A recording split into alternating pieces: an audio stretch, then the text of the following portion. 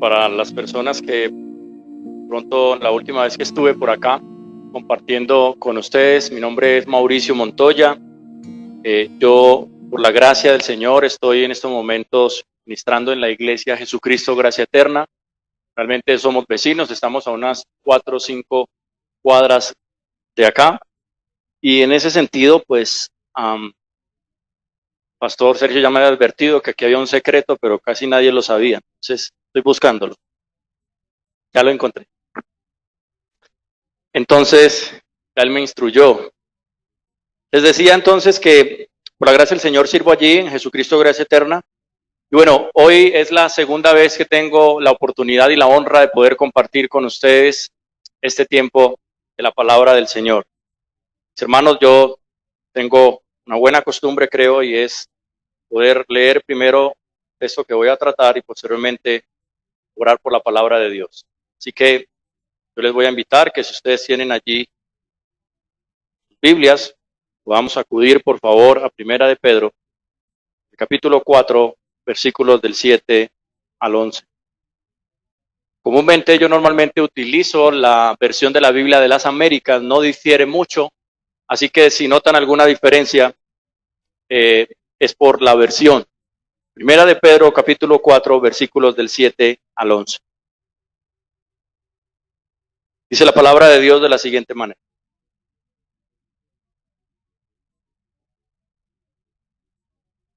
Pero el fin de todas las cosas se acerca. Sean pues ustedes prudentes y de espíritu sobrio para la oración. Sobre todo, sean fervientes en su amor los unos por los otros, pues el amor cubre multitud de pecados. Sean hospitalarios los unos para con los otros, sin murmuraciones. Según cada uno ha recibido un don especial, úselo sirviéndose los unos a los otros como buenos administradores de la multiforme gracia de Dios.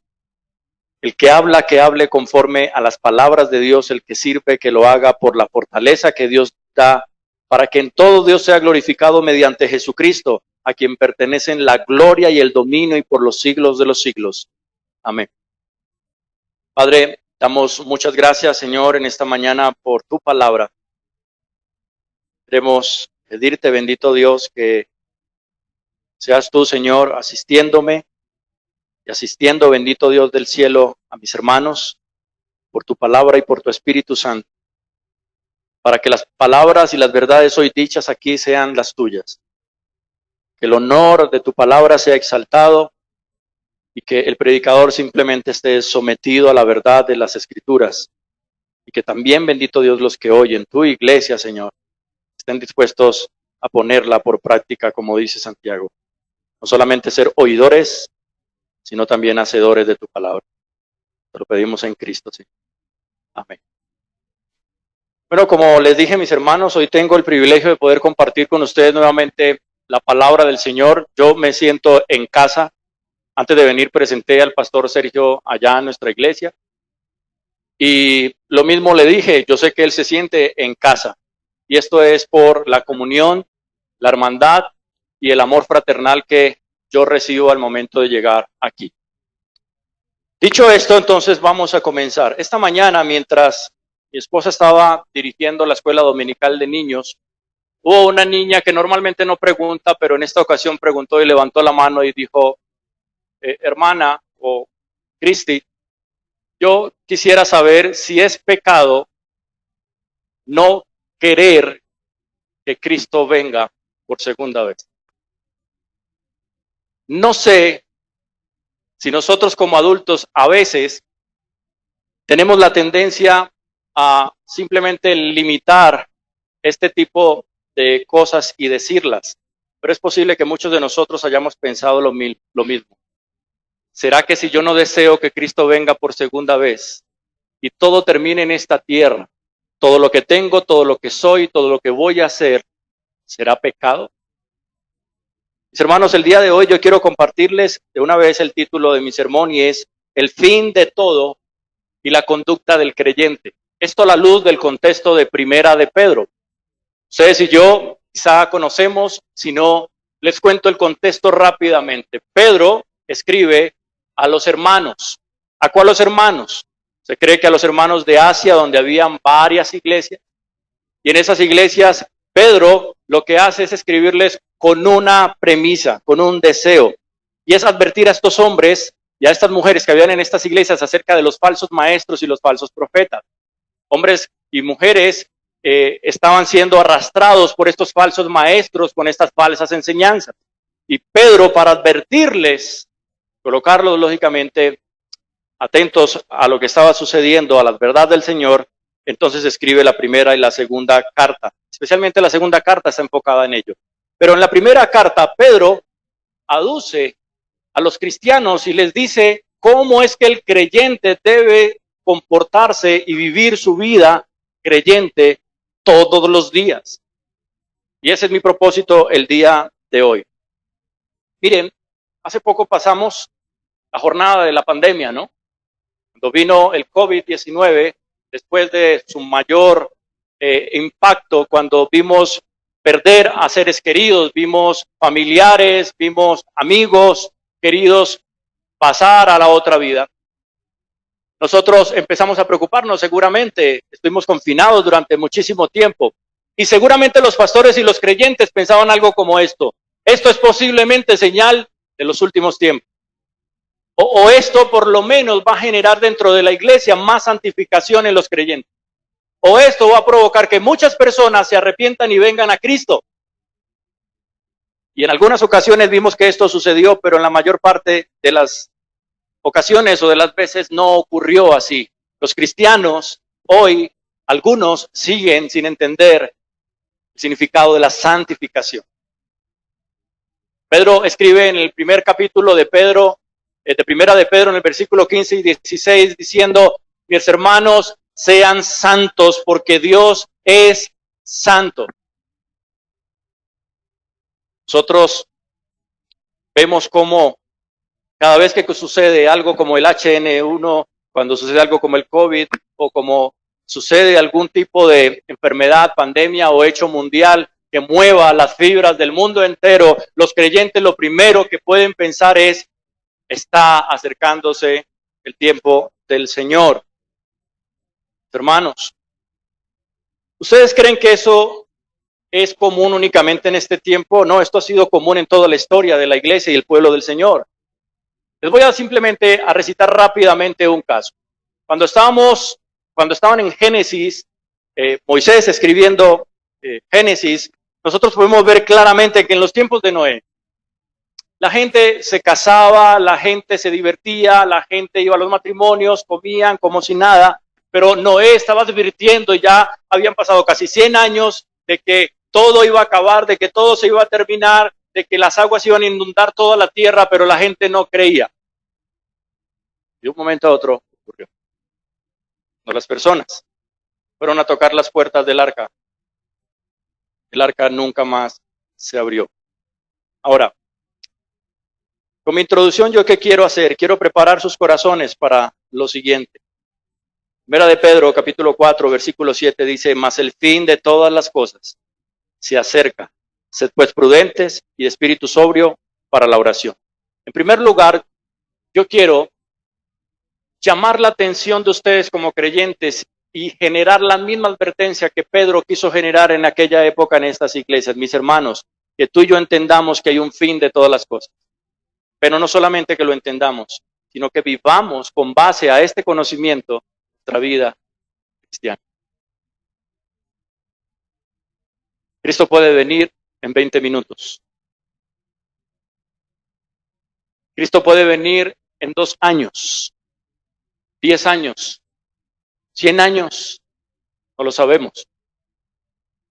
Pero algo es inminente, y es que Cristo regresará. Y ya no va a regresar como la primera vez que vino a esta tierra. Ya no será como una oveja enmudecida, sin mencionar nada, yendo al matadero. Ahora vendrá no como el humilde, sino como el aquel que viene a hacer justicia a los hombres. Bendito Dios que el Señor colocó su justicia por medio de la obra de Cristo en nuestros corazones. Segunda de Pedro capítulo 3, versículo 11 dice: puesto que todas estas cosas han de ser destruidas, de esta manera, ¿qué clase de persona no debéis ser vosotros en santa conducta y en piedad? qué le debe producir a un creyente saber, entender y estar entendido de que Cristo regresará por segunda vez?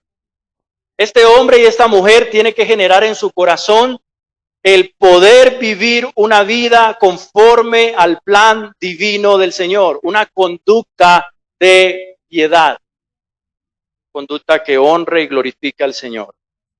Para los juiciosos, yo quiero enumerarles los puntos que voy a tratar el día de hoy. En primer lugar, vamos a hablar en el versículo 7 de un incentivo brillante, una motivación del creyente a vivir en santidad. Número 2, versículo 8. Vamos a hablar acerca de la primacía del amor. ¿Por qué el amor es primero?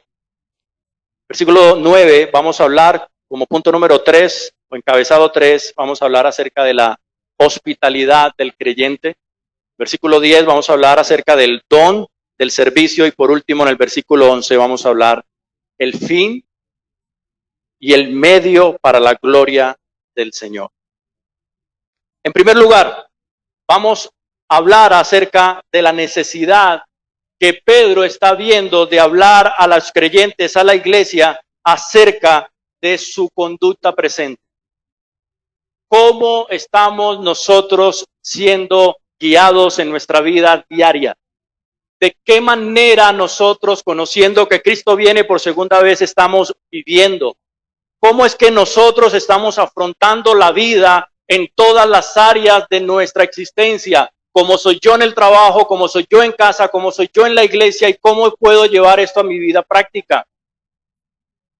A veces nos acostumbramos a recibir mucha teología, mucho conocimiento, pero poca práctica de esa teología.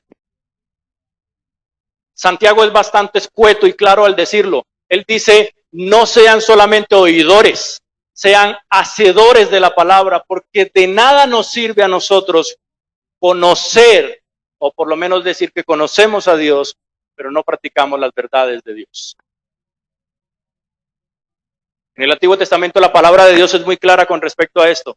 Si en algo has de gloriarte, si en algo has de tener alabanza y decir que tú eres bueno e importante, es en que conozcas a Dios, sí, pero que también lo entiendas, dice la palabra. Que no seamos oidores olvidadizos, sino hacedores de la palabra. Primera de Timoteo, capítulo 4, versículo 2 dice, no permitas que nadie menosprecie tu juventud, hablando Pablo a Timoteo, antes ejemplo de los creyentes en palabra, conducta, amor, fe y pureza. ¿Qué le está diciendo Pablo a Timoteo? Un hombre joven que venía a una iglesia en Éfeso y allí Timoteo tenía que enfrentar un gran desafío. Y es que nadie le tomara como baja estima el hecho de que él fuera un hombre joven. Pablo más bien le insta y le dice a él, Timoteo, sé un ejemplo que todos los creyentes tenemos que ser en cualquier lugar y en cualquier condición de nuestras vidas. ¿Ejemplo en qué, Pablo? Primero, Timoteo, sé ejemplo en la palabra. ¿Cómo así? Timoteo, sé ejemplo en saber cómo comunicar las verdades de las Escrituras. Pero también le dice, sé ejemplo en tu conducta. ¿Cómo es que se comporta un creyente? ¿Cómo actúa un creyente ante los demás? Le dice también, sé ejemplo en el amor.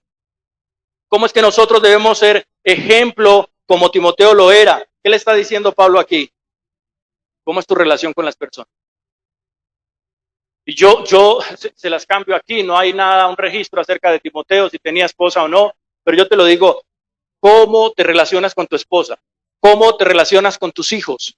¿Cómo te relacionas con tu jefe? ¿Cómo te relacionas con los hermanos en la iglesia? ¿Cómo es tu vida diaria? Pero Pablo no termina y Pablo le dice, sé ejemplo en fe.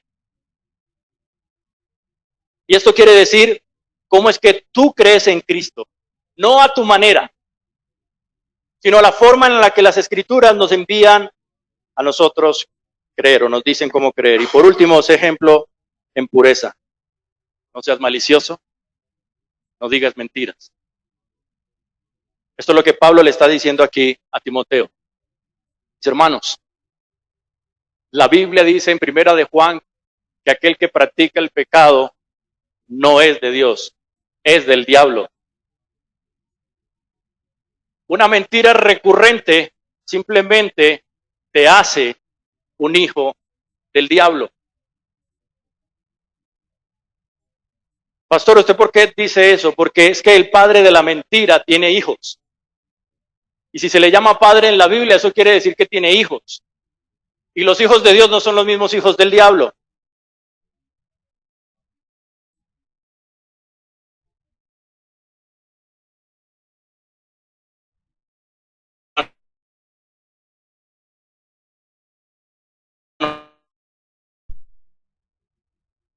Aquí surge una pregunta. ¿Cuál es la motivación entonces que debe existir para un creyente tener una conducta afable, una conducta que glorifique al Señor? ¿Por qué nosotros debemos ser ejemplares para los demás? Mis hermanos, la urgencia aquí de Pedro es porque el fin de todas las cosas se acerca y algún día nosotros tendremos que comparecer ante el tribunal de Cristo para poder nosotros rendir cuentas al Señor de lo que hemos hecho, sea bueno o sea malo. Nosotros no somos salvos por obras, sino por la gracia en Jesucristo. Pero lo que va a ser juzgado cuando tú y yo vayamos a la presencia del Señor van a ser nuestras obras. Porque aquel que tiene fe practica obras de fe. Ahora, en ese sentido nosotros podemos ver en primer lugar el primer punto, versículo número 7, ustedes lo tienen allí, su primer parte. Yo le he titulado un incentivo brillante. ¿Cuál es el incentivo que hay aquí en ese versículo 7 en sus inicios para nosotros realmente tener una conducta conforme al Señor? Versículo 7 dice, su parte inicial, mas el fin de todas las cosas se acerca. Sed pues prudentes y de espíritu sobrio para la oración. Y Pedro ya les dijo, el fin se acerca. Ahora, como el fin se acerca, lo que ustedes pueden hacer en estos momentos es entender por qué Pedro dice esto y para qué lo dice. Mis hermanos, hace 2000 años Jesucristo vino a la tierra y cuando Cristo vino a la tierra, entonces comenzó el proceso de la terminación de su segunda venida. Cuando Cristo viene a la tierra, entonces está diciendo el fin de todas las cosas se está acercando, se ha acercado. Este evento es un evento que ocurrirá y sigue vigente al día de hoy.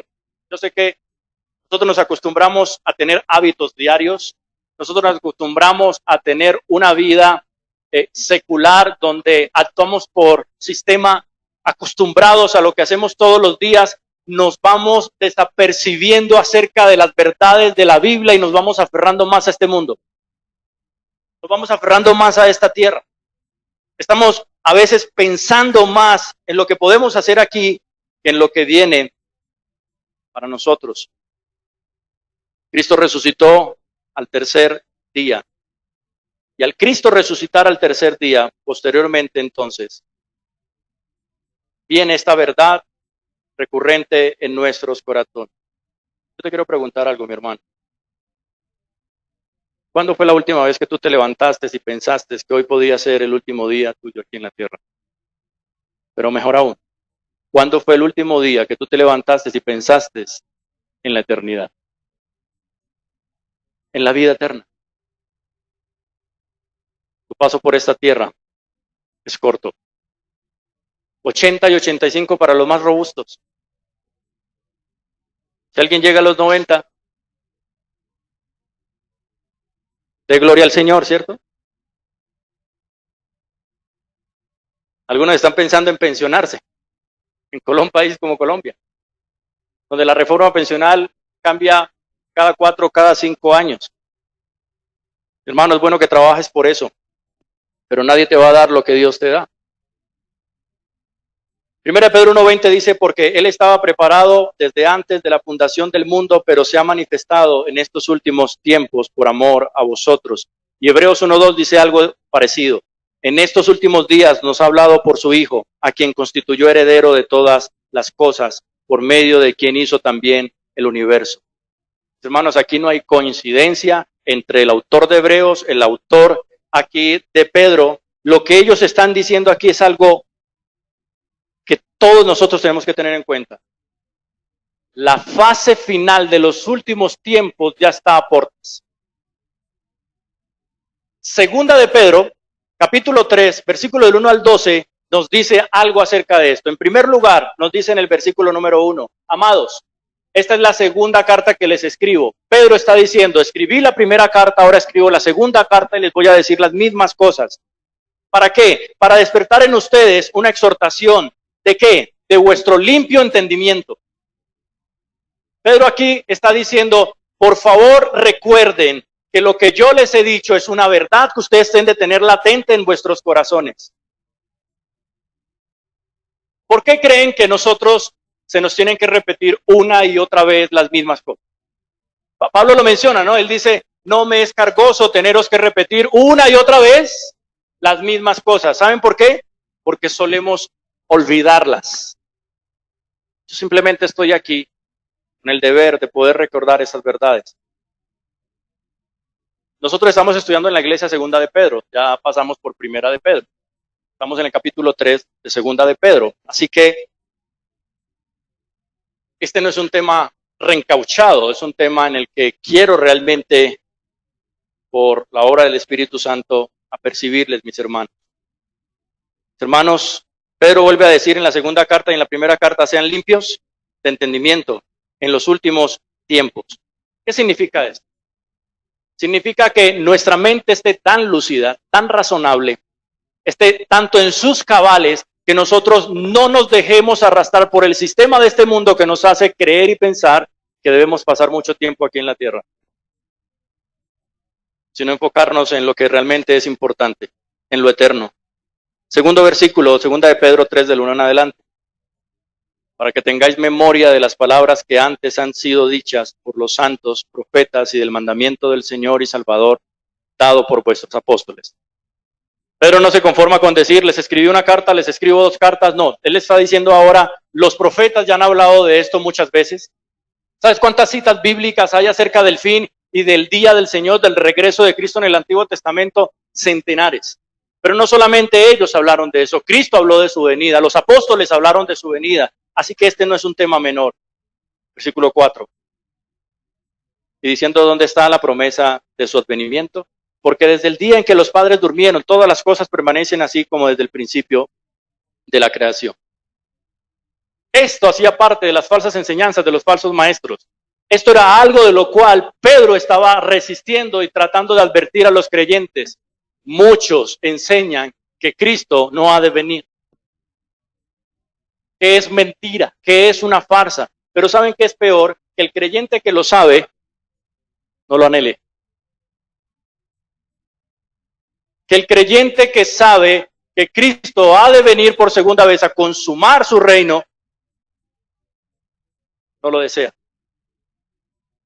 Cristo dice que viene y nunca viene. Este es el dicho de estas personas. Versículo 5. Estos ignoran voluntariamente que en el tiempo antiguo fueron hechos por la palabra de Dios los cielos y también la tierra que proviene del agua y por el agua subsiste. Versículo 6. Por lo cual el mundo de entonces pereció anegado en agua, pero los cielos y la tierra que existen ahora están reservados por la misma palabra, guardados para el fuego en el día del juicio y de la perdición de los hombres impíos. ¿Qué está diciendo aquí Pedro? Es muy sencillo. Pedro está diciendo, así como el Dios que creó todas las cosas con el poder de su palabra, el Dios que exhaló y posteriormente se creó la luna, el sol, las estrellas y todo lo que existe, creando las aguas, creando la tierra, y el mismo Dios que destruyó el mundo a través de las aguas es el mismo Dios que ha de destruir toda la tierra por fuego.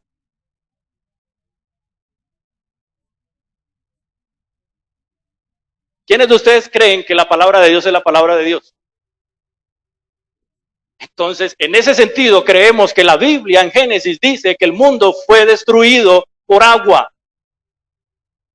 Esa misma palabra es la que Pedro está diciendo, de la misma manera se va a cumplir que algún día no será por agua, será por fuego, pero Cristo ha de venir inminentemente.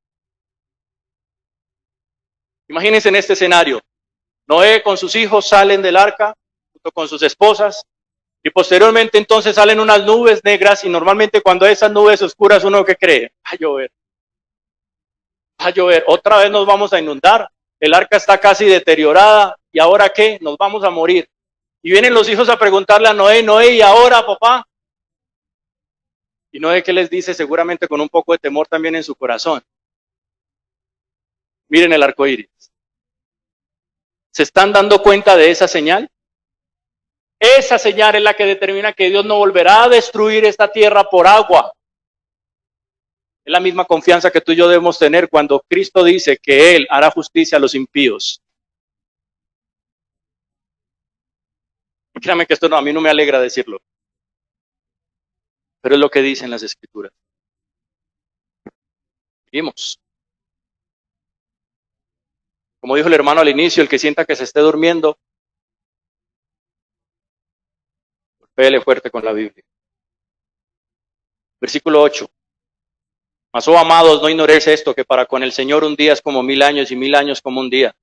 Mis hermanos, han pasado 2000 años desde la promesa y todos nosotros estamos pensando, ¿será? ¿Sabes qué está diciendo Pedro aquí? Pedro está diciendo, mis hermanos, ustedes miden el tiempo como creerían que Dios lo mide. Pero recuerden que Dios no está sometido ni al espacio, ni al tiempo, ni a la materia, ni a nada. Él creó todas estas cosas. Así que el haberlo dicho por Cristo hace 2000 años es como si lo acabara de decir en 20 segundos que yo les estoy diciendo. Así que puede ser en 20 minutos. ¿Qué ocurra esto? Porque para Él 1000 años,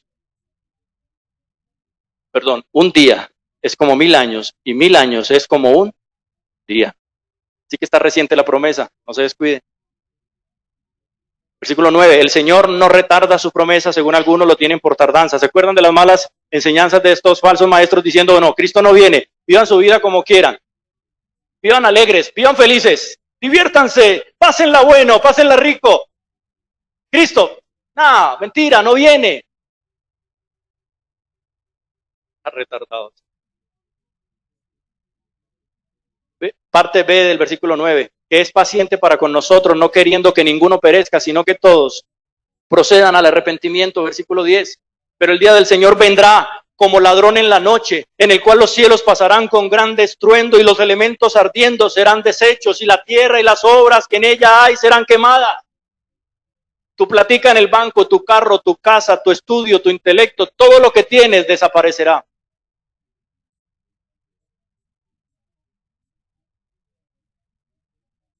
Cielo y tierra pasarán. Lo único que nos quedará es su palabra. Su palabra. Versículo 11. Con eso termino esta primera parte. Puesto que todas estas cosas han de ser desechas, ¿cómo no debéis vosotros andar en santa y piadosa manera de vivir? Mis hermanos, si tenemos nuestros sentidos habilitados, si somos razonables, si somos conscientes, y si nosotros podemos mentalmente entender que no podemos estar habituados a este mundo, sino que nuestro deseo debe ser la esperanza de que Cristo venga, entonces lo que Pedro está diciendo, ustedes carecen de sobriedad. Ustedes carecen de entendimiento. ¿Qué pasa cuando una persona no tiene conciencia de sus cabales, de su conducta, de su comportamiento? Es una persona que no entiende, inclusive a veces, lo que hace. Les doy un ejemplo. Una persona que se emborracha. Una persona que se emborracha, normalmente cuando están muy borrachos, esas personas ni siquiera se acuerdan de lo que hacen al día siguiente. Ellos no pueden razonar en saber distinguir qué es bueno y qué es malo. Si van por la ruta con su carro, no se aperciben de que van a 120 kilómetros por hora. Ellos creen que van a 40. Pedro está diciendo, mis hermanos, estén alertas. Y el versículo 12 dice, esperando y apresurándonos para la venida del día de Dios. ¿Cómo crees tú que nosotros podemos apresurar la venida del Señor? Con la predicación del Evangelio. Los versículos anteriores dicen que el Señor no ha regresado, no porque Él tarde en sus promesas como algunos lo tienen por tardanza, sino que Él no ha venido a esta tierra aún porque Él es paciente y misericordioso y está esperando que hasta el último de los hijos suyos pasen el umbral de la vida eterna y ahí Él vendrá. ¿Y cómo hacemos nosotros? ¿Cómo ayuda la iglesia a eso? Pues predicando el Evangelio. Solamente les voy a dar una ilustración. ¿Qué tal que algún hermano aquí o alguna hermana hable del evangelio y por la gracia del Señor alguien sea convertido porque él fue el instrumento y ese sea el último que entró en el umbral? Y ese haya sido el instrumento para que Cristo haya regresado. A alguien le preguntaron, ¿crees en la Biblia? Él dijo, sí. ¿Por qué crees en la Biblia? Y dijo, Israel. ¿Cómo así? Las cientos de profecías que hay de Israel en el Antiguo Testamento se cumplieron. Una a una. Luego Pedro, ok, rápido, perdónenme un poco. Vamos solamente en el versículo 1. El versículo 7, la parte A. Su segunda parte dice, sed de espíritus sobrio para la oración. ¿Eso qué quiere decir entonces? Pedro está diciendo, bueno, tengan en mente el día del Señor y que esto les ayude ahora para que la conducta que van a tener siendo apercibidos de esta verdad y nuevamente volverlo a recordar y tenerlo latente en mi corazón, que puede ocurrir en cualquier momento. Por eso debemos estar alertas, siendo prudentes y estando en un espíritu sobrio. ¿Qué significa esto? Ser sobrio es tener dominio propio, ser sensato en nuestra mente, tener un buen razonamiento y tener juicio para juzgar entre lo bueno y lo malo. Entonces imagínense en este contexto, un grupo de personas perseguidas, porque ese era el contexto también, por supuesto, de Pedro. Pedro escribe diciendo, estoy desde Babilonia. Lógicamente Babilonia ya no existía. Pedro estaba tratando de escribir de una manera como encriptada para que los hermanos entendieran de qué se trataba. Él dijo, estoy como en Roma, porque ¿qué era Roma básicamente? Era la misma maldad que se había visto en los babilonios. Pero Pedro aquí les escribe a estos hombres que están siendo perseguidos. Nerón en el siglo I era un hombre malvado, era un hombre que cogía a las personas y simplemente por diversión las colgaba, creyentes, en el patio de su casa y luego los incendiaba para alumbrar su patio. Así era este hombre. Pedro les escribe en esta connotación, en este contexto a esos hermanos y les está diciendo, sean sobrios, sean sensatos, tengan buen juicio. Él nos llama a la prudencia y no hay nada más prudente en un creyente que ser un hombre o una mujer que ora. Sean sensatos, prudentes y sobrios ¿en qué? Para la oración. Ahora, esto no se trata de la oración rutinaria. Esto no se trata de la oración que todos los días nosotros hacemos. La oración básica que nosotros realizamos. Entonces, ¿a qué se refiere Pedro aquí? Es una oración intencional. Es una oración como de urgencia. Es una oración de fe, de persistir.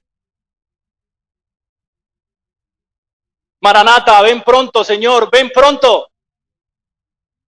El hermano decía ahorita canciones pentecostales que antes cantábamos, pero hay conceptos que son bíblicos o que son parte de la historia de la Biblia. Por ejemplo, Maranata significa ven pronto, Señor.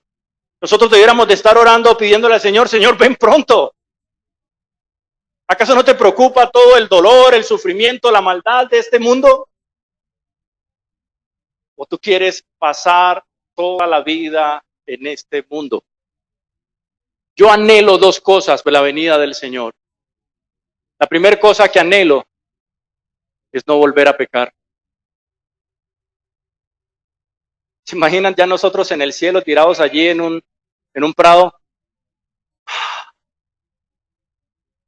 Ya no tengo malos pensamientos, ya no tengo que decir mentiras, ya mi cuerpo no lo tengo que alimentar, ya no tengo que pensar en el hijo rebelde, ya no tengo que lidiar con mi jefe. ¿Sabes que la segunda cosa que anhelo de la venida de mi Señor es mi Señor? Es a Cristo. Lo mejor de la venida de Cristo no son las calles de cristal. Lo mejor de la venida de Jesucristo y estar en el reino de los cielos no es como dice Apocalipsis 21. Lo siento por aquellos quienes les gusta el mar. Dice la Biblia que ya el mar no existirá más. Pero no se trata de eso. De lo que se trata no es de las cosas que vamos a encontrar o de el ambiente que vamos a encontrar, sino de aquel que llena esa atmósfera y ese es Cristo. Por eso nuestra oración, Pedro dice, sean sobrios en la oración, sean intencionales en orar para que Cristo venga, pero no porque nosotros simplemente estamos huyendo de manera vergonzosa a la vida en esta tierra y queremos morir, porque ahí puede caer en el error muchos creyentes que quieren morirse, pero porque ya no quieren sufrir más. Cansado de sufrir. No, ese no debe ser tu motivación para orar por la venida de Cristo. Tu motivación para orar por la venida de Cristo es porque el reino de los cielos entonces se irá extendiendo hasta que el último de ellos pase el umbral y posteriormente Cristo venga. Hechos 2:42 dice, se mantenían firmes en la enseñanza de los apóstoles, en la comunión, en el partimiento del pan y en la oración. Creyente ora. ¿Por qué es importante que el creyente ore en medio de muchas cosas? Porque eso nos mantiene centrados en Dios. Porque eso mantiene nuestra mirada puesta en Cristo y no en los hombres. Porque eso mantiene nuestra mirada puesta en Cristo y no en los sistemas. No en el temor de quién va a entrar ahorita a la presidencia, quién va a quedar de primero o de segundo. Jesús nos enseña, Él fue el ejemplo más claro de esto. En Lucas 22:42 en Getsemaní, Él ora diciendo, pero no se haga mi voluntad sino la tuya. La oración debiera de ser entonces un deseo del creyente, debiera de ser un anhelo, una pasión.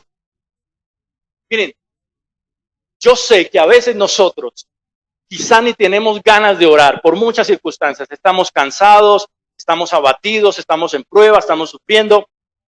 Yo eso lo entiendo. Pero el que un creyente, a pesar de estar así, no ore, yo no concibo eso como un creyente. Concibo que a pesar de sus dificultades, sus ganas de no orar, de no querer tener ningún ánimo de orar. Alguien pregunta, pastor, ¿y cómo es que yo mejoro mi oración? ¿Cómo es que yo puedo orar en una condición de esas cuando no quiero orar? ¿Qué debo hacer? Y alguien espera una respuesta milagrosa. ¿Y sabes qué es lo que tienes que hacer? Orar.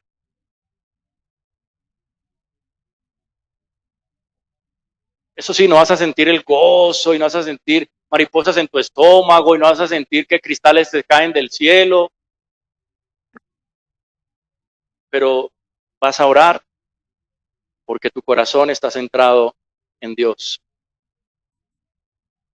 Nosotros no podemos, mientras estamos gozando de confort, de tranquilidad, de que todo funciona bien en todas las áreas de nuestra vida, y sí orar.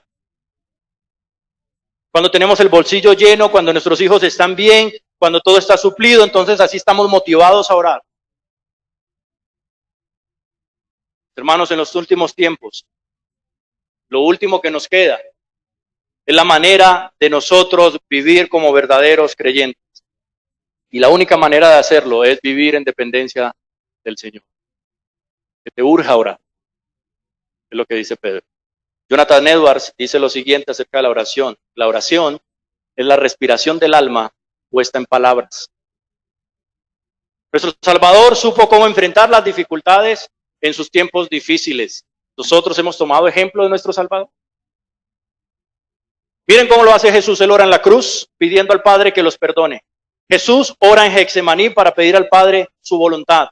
Jesús oró durante 40 días en ayuno. Jesús oró por sus discípulos pidiendo la gloria del Padre en Juan 17. Jesús era un hombre de oración. Los creyentes deben ser. Miren, algo he notado yo en la temática o en la vida sistemática del creyente que quiere ser reformado. Ser reformado, bendito sea el Señor. Conocer la historia de la iglesia, bendito sea el Señor. Querer ser confesionales, lo somos. Querer ser ortodoxos, necesitamos ser ortodoxos, necesitamos ser cuidadosos de las Escrituras. Pero eso hace a veces que nosotros caigamos en la trampa de creer que solamente se trata de conocimiento. Si alguien está muy bien preparado, pero no está endosado por la oración y la palabra de Dios y el Espíritu Santo, son las dos. Cuando tú te bañas normalmente, o por lo menos en nuestra cultura, nos echamos jabón y champú, ¿sí o no? No te falte uno. O como decía, simplemente lo dijo alguien, Lo dijo de esta manera muy interesante. Cuando tú vas en un avión, ¿cuál ala quieres que falle?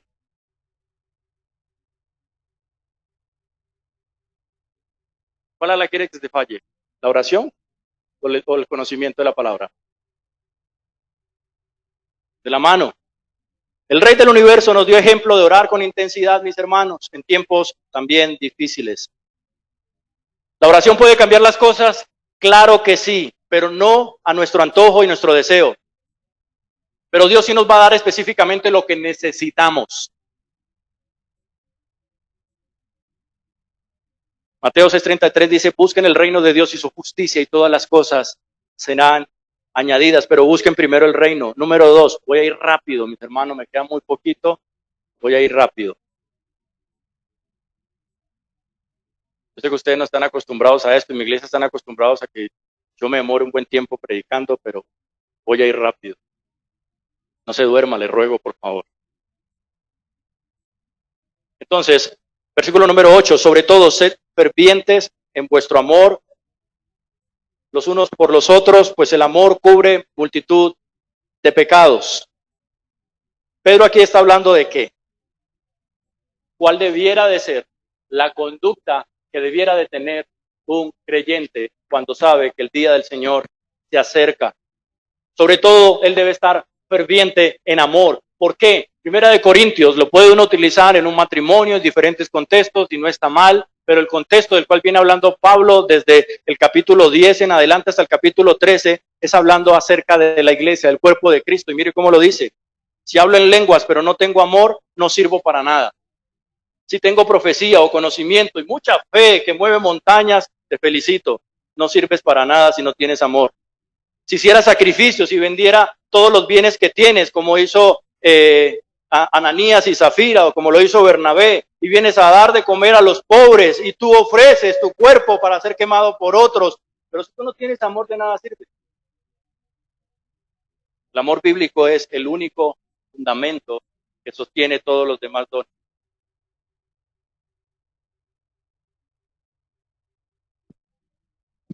¿Recuerdan de Gálatas 5? Donde dice que el fruto del Espíritu Santo es ¿qué? Amor. El amor es predominante cuando se trata de hablar del fruto del Espíritu Santo. Porque el amor es lo que acerca justamente a los creyentes a Dios. Y a los creyentes a otros creyentes y a otros hermanos.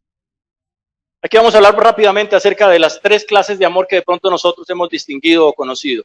El primero es un amor lleno de un sentimiento, de una emoción particular, lo que los hermanos jovencitos experimentan de la joven que les gusta, ¿no? Ellos dicen, yo estoy enamorado. Ay, usted no se imagina, pastor. Pastor, es que mi hermano, pero no te conviene, esa muchacha es impía o es impío. No, pastor, no, eso es involuntario, yo no lo busqué. Eso salió, fluyó, pastor, no. Yo no presioné un botón y me enamoré simplemente, pero estoy enamorado. Ese es el primer amor, el amor del sentimiento. Sin embargo, la Biblia habla de 2 clases de amor bíblicos. Primero, el amor del cual habla la Biblia es un amor utilizado como un verbo. Y es como decir, yo amo, no, yo te amo, yo los amo, yo amo a todos. ¿Por qué? Porque el amor bíblico está obligado a realizarse. Un amor bíblico no está esperando recibir amor.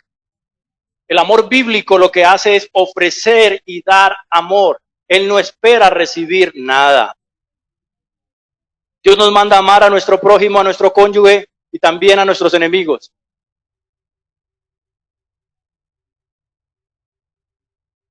Aquí el término eros es un término que se utiliza, que no es bíblico, sino también secular, hace referencia al amor sexual, hace referencia al amor erótico, al amor que asociamos nosotros con el romance. Entonces los muchachos ya no solamente se gustan, ya no tienen un sentimiento, ahora se van a la cama sin haberse casado. Y ellos dicen estar enamorados, están tragadísimos. Pero la Biblia nos habla de 2 palabras para expresar el amor, fileo y ágape. La palabra fileo es un derivado de la ciudad de Filadelfia, ¿sí? Y lo que esto significa es un amor fraternal. Y es lo que Dios quiere para nosotros. Entre amigos cristianos, entre hermanos, entre creyentes, está el amor eros. Perdón, fileo.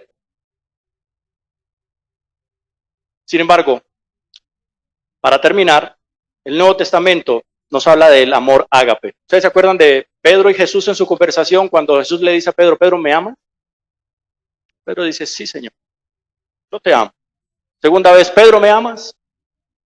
Bueno, lo primero fue ese amor que acabamos de encontrar ahorita, el amor fileo. Sí, Señor, el amor de querer, de un sentimiento.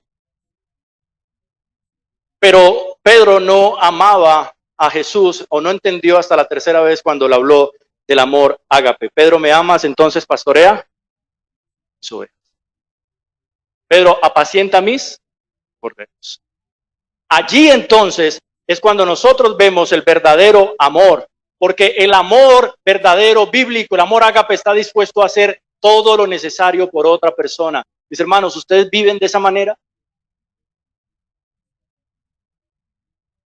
Amas a tu prójimo, amas a tu esposa, a tu esposo, amas a tus enemigos. Ahora, yo entiendo que nuestro amor es limitado y no es perfecto como el de Dios y tenemos que luchar con muchas cosas y uno de ellos es nuestro pecado, yo lo sé, pero ¿eres intencional en amar? ¿Cuándo fue la última vez que tú visitaste a un enfermo de la iglesia? ¿Cuándo fue la última vez que fuiste donde un hermano de la iglesia que sabías que no había vuelto a la iglesia y estuviste con él? Llevaste algo, oraste por él, leyeron la Biblia juntos. Porque ese es el amor supremo, ese es el amor del Espíritu Santo. 1 Corintios 13:13, y ahora permanecen la fe, la esperanza y el amor. Versículo 9. Pedro después de esto les dice, ahora sean hospitalarios. Miren, yo sé, esta fue una de las primeras cosas que a mí no me gustó de la vida cristiana y más cuando yo empecé a ser pastor. Estoy hablando de mis inicios. Y es que el domingo nosotros culturalmente nos los habían enseñado como el día de descansar, ¿cierto? Y el día para la familia. Entonces normalmente algunos como yo en esa época, ¿qué hacíamos o qué hacen? No quieren recibir a nadie. Ese día es solo para ellos y para la familia. Ese día ellos no quieren compartir con ninguna persona de la iglesia. Salen chuteados del culto y posteriormente no quieren saber nada de la iglesia y nada de nadie. Si el pastor les llama a decirle, mi hermano, imagínate, se presentó algo que tenemos que hacer con un hermano, es de urgencia, te necesito, pastor, no cuente conmigo, hoy es el día de la familia.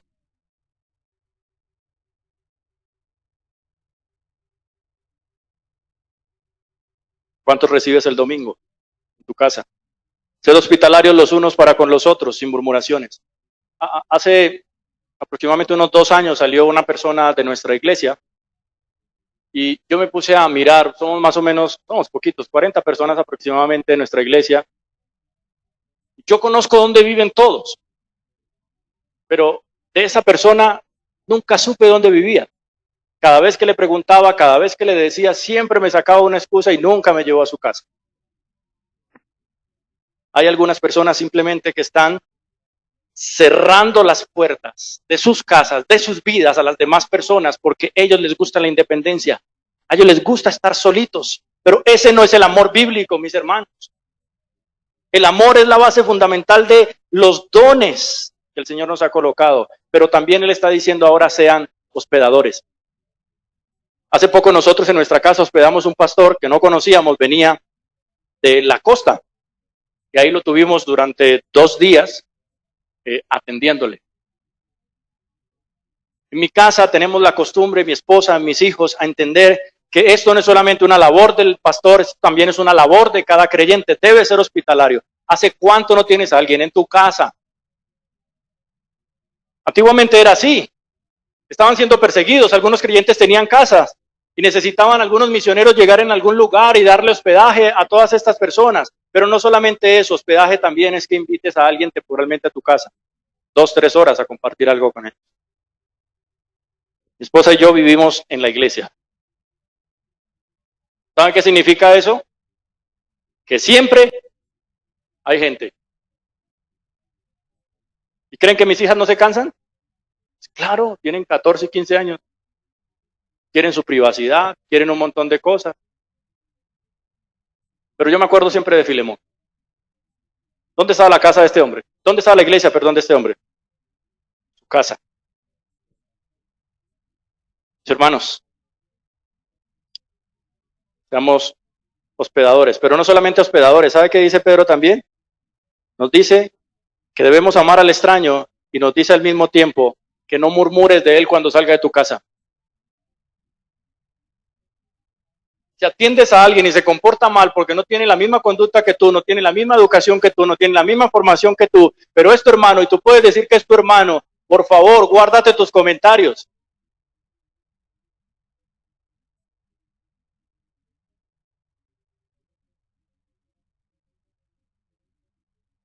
Ustedes imaginan no recibir una persona durante 2 días, una persona que no tenga buenas costumbres, que de pronto no se las enseñaron, y posteriormente tú termines hablando con los demás hermanos, otras personas, de lo que esa persona vivió en tu casa. Está mal. Número 4, y voy terminando, un don es igual al servicio, versículo 10. Me queda solo un versículo y terminamos, mis hermanos. Deben 5 minutos, por favor. Hermano, discúlpeme por demorarme tanto. Un don, ¿voy bien? Bueno. Versículo número 10. Y el punto es, un don es igual a servicio. Versículo dice, según cada uno ha recibido un don especial, úselo, sirviendo los unos a los otros como buenos administradores de la multiforme gracia de Dios.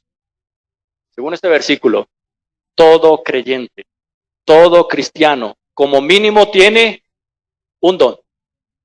Uno mínimo, pero de ahí en adelante puede tener muchos más. Así que lo que sí es claro es que es imposible que esa persona, un creyente, no tenga ni un don. Porque dice, según cada uno recibió un don especial. Ningún cristiano tiene un don para guardarlo. El don que se te ha sido otorgado es un don para que tú lo coloques al servicio de Dios y de la iglesia de Jesucristo. ¿Eres bueno para los alimentos? ¿Eres bueno para hablar de las escrituras? ¿Eres bueno para servir a los demás de manera desinteresada? ¿Eres bueno para tocar un instrumento? ¿Eres bueno para simplemente preocuparte por los demás? Ministerio de la Misericordia.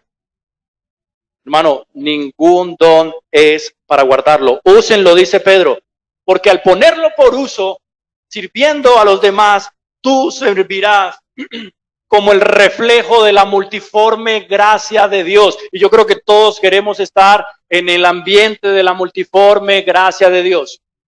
¿Quiénes de nosotros hemos recibido gracia sobre gracia?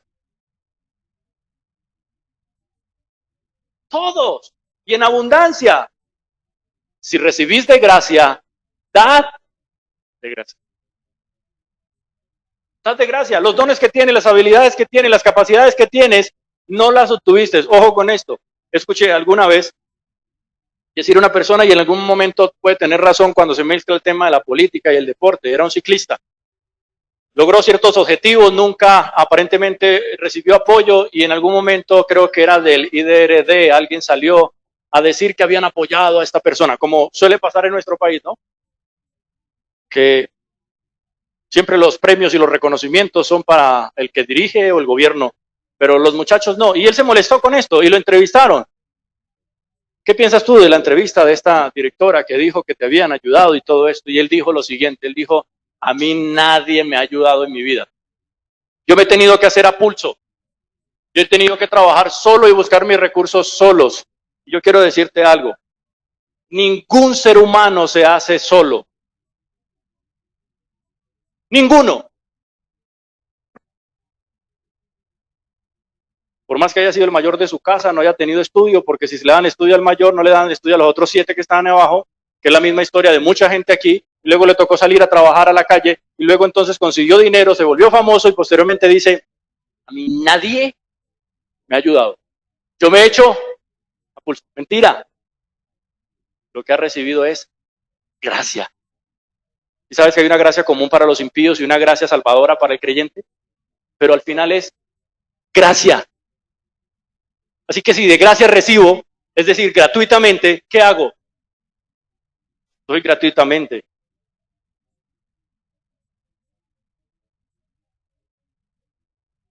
Si alguien no pone esos dones en servicio de los demás hermanos, sencillamente, mi hermano, es como si el no hacerlo reflejara el no tener la gracia multiforme de Dios. ¿Y qué significa no tener la multiforme gracia de Dios? No tener a Dios. Yo voy a volver a repetir esto. Si alguien no pone esos dones en servicio de los hermanos y de los demás, sencillamente es como si él no hacerlo refleja el no tener la gracia multiforme de Dios, es decir, no tener a Dios. El que no tiene el Espíritu no es de Dios. Eso dice la Biblia. Ahora, ¿qué significa tener el Espíritu? El fruto. La evidencia del fruto, ¿cuál es? Amor, gozo, paz. Ustedes ya se lo conocen de memoria. Para terminar, mis hermanos, yo sé que en medio de una naturaleza caída, yo sé que en medio de este mundo que ha sido impregnado del pecado desde el inicio, yo sé que luchar con nuestro ego, con nuestra propia semejanza, no es fácil. Yo sé que el egocentrismo está tocándonos todo el tiempo en nuestra puerta. El vivir una vida ensimismada todo el tiempo está tocando nuestra puerta. El vivir concentrados en nosotros mismos es inevitable a veces. Pero eso hace parte de vivir una vida cómoda y Cristo no nos llamó a vivir una vida cómoda. El cristiano debe sufrir por naturaleza. Toda la carta de primera y segunda de Pedro no habla de otra cosa más que el sufrimiento de los creyentes. En diferentes formas, de diferentes maneras. Y normalmente, dice Pedro, que la manera verdadera de un creyente sufrir es por la causa de Cristo. Porque si alguien se busca sus propios problemas, que no diga que es por Cristo que está sufriendo. Pero si alguien lo odian por amar a Cristo, por amar a un hermano más de lo que se merece, por hacer más de lo debido que lo que el común de la gente hace, si por eso te han de odiar, por predicar las Escrituras, por ser creyente, si por eso nosotros tenemos que padecer, gloria a Dios.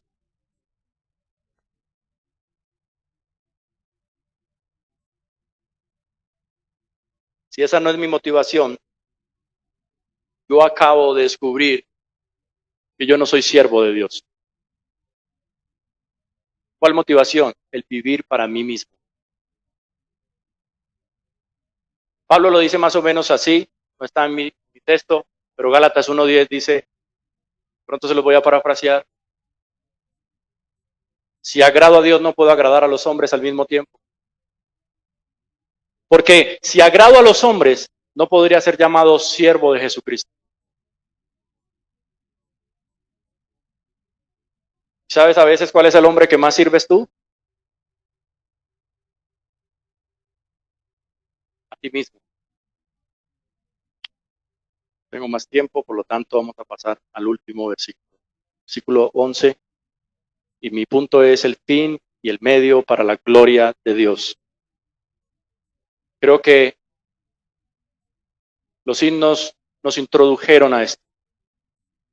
Los himnos nos ayudaron a ver esta verdad. Para llegar aquí, mis hermanos, dice el versículo 11, el que habla, que hable conforme a las palabras de Dios. El que sirve, que lo haga por la fortaleza que Dios da, para que en todo Dios sea glorificado mediante Jesucristo, a quien pertenecen la gloria, el dominio y el poder por los siglos de los siglos. Amén. La primera frase que habla aquí acerca de estar conforme a las palabras de Dios, ¿a qué se refiere? Se refiere a un creyente, a un cristiano que cuando consuela, consuela con la palabra.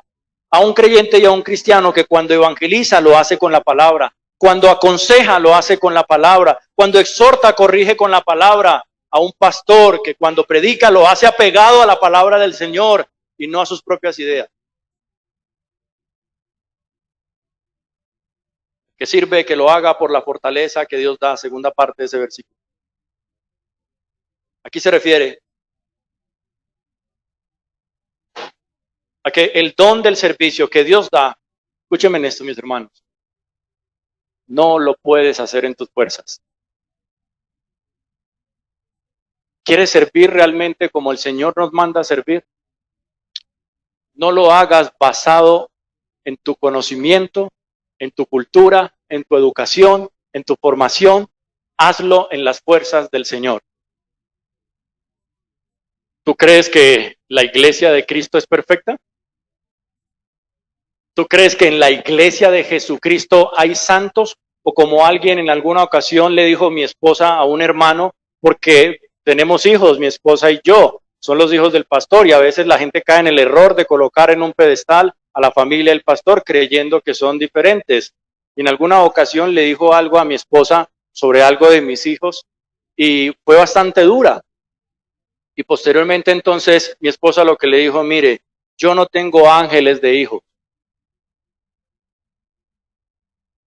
Yo tengo 2 pecadoras.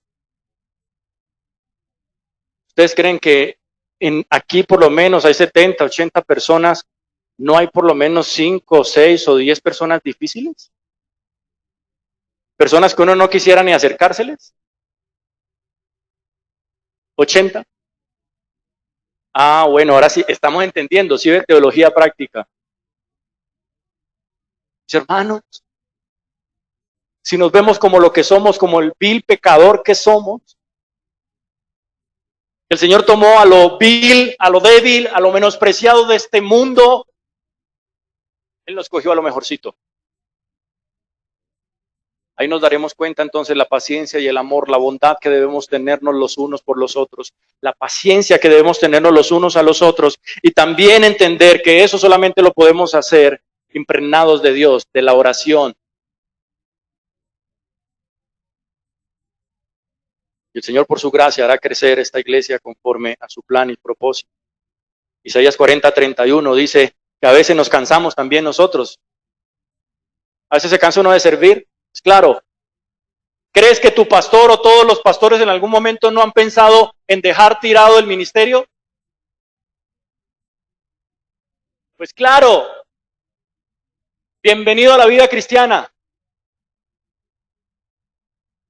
¿Tú no has pensado algún día no volver?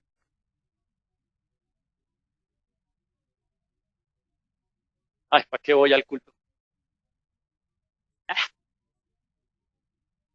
Pero el Señor dice, Isaías 40:31, pero los que esperan en el Señor renovarán sus fuerzas, se remontarán con las alas como las águilas, correrán y no se cansarán, caminarán y no se fatigarán. Yo sé que de pronto no es el contexto, pero la aplicación sí. Servir a una iglesia que es sobrenatural, servir a una iglesia con dones que de igual forma son sobrenaturales, haciéndolo en la carne de manera natural no da frutos. Hay que hacerlo en el Espíritu. Por eso que si no servimos en las fuerzas de Dios, esto va a acabar con la iglesia de Cristo. Esto va a dañar a sus miembros y nos va a absorber tanto que vamos a terminar tan cansados que terminamos liquidados. Hermano, lo que va a transformar el corazón de un creyente y el de toda la iglesia local no es la oratoria del predicador o el activismo de los servidores, sino el endoso de Dios que está detrás y delante del que está proclamando la palabra fiel y ofreciendo su servicio en las fuerzas del Señor. Por último, en vez de preferir que te sirvan, en vez de preferir tener una iglesia de muchos miembros dotados de sabiduría humana, yo te pido en el Señor, por su palabra, que prefieras a un grupo de miembros, no importa si es grande, no importa si es pequeño, pero que honre la palabra de Dios, que obedezca a la palabra de Dios con fervor y con piedad. Si tú dices no tener el don del servicio, y por eso dices no sirvo, recuerda que la Biblia habla de responsabilidades todo el tiempo. todo el tiempo. El servicio es un llamado de parte de Dios. Termino con Filipenses 2:3 en adelante. Nada hagáis por egoísmo, o por vanagloria, sino que con actitud humilde cada uno de vosotros considere al otro como más importante que a sí mismo, no buscando cada uno sus propios intereses, sino más bien los intereses de los demás. Necesitamos entender que la manera de glorificar a Dios es a través de Jesucristo, por los dones del Espíritu y el servicio de un creyente. Quiere honrar y glorificar al Señor. Amén. Hermanos, les pido que oremos. Que si Pedro dice que oremos, oremos.